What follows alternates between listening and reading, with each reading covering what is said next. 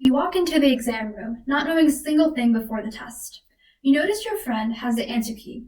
Well, at least you didn't do something like that. All you did is write the formulas you would need for the exam on your shoe.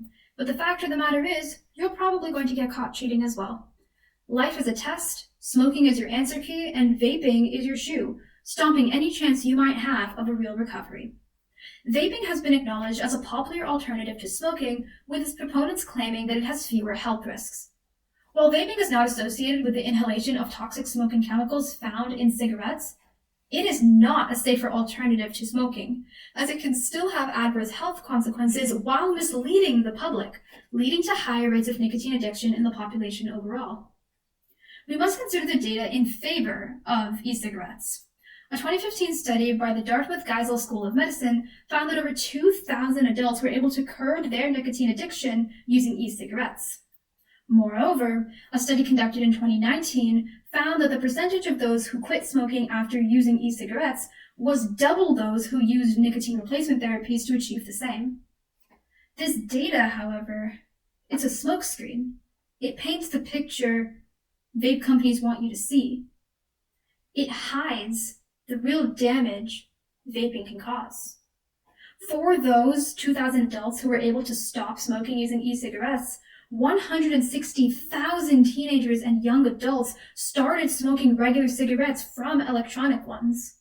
In addition, from the 2019 study, the percentage of those who continued to smoke after using nicotine replacement therapies was about 9%, compared to 80% for those who used electronic cigarettes.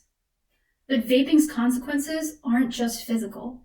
False advertising can lead and entice teenagers to believe that vaping is safer than smoking and cause them to start vaping. This stems from one of the most popular claims about vaping, that it's safer because it doesn't have secondhand smoking effects, which can lead to lung damage from traditional cigarettes from the smoke being puffed out.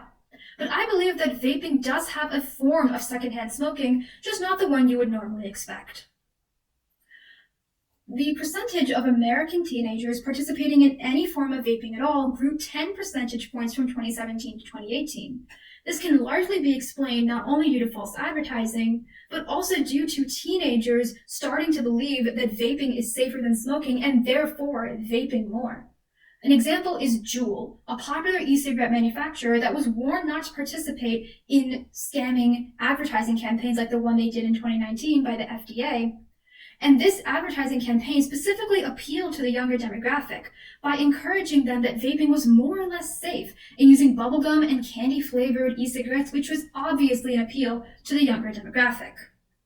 This began the trend of teenagers feeling safe using vaping because they believed that it was a safer high than regular cigarettes.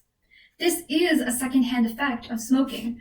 The ability to get people who wouldn't normally smoke to start smoking is a secondhand effect that vaping can cause, and we also know that it is a gateway to other forms of more dangerous nicotine addiction.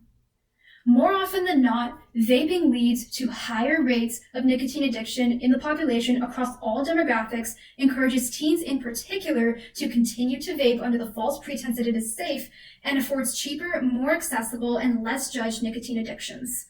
There are other alternatives to nicotine addictions to curb them: gum, chewing, patches, and exercise, which releases natural endorphins, which are a healthier and more fulfilling high.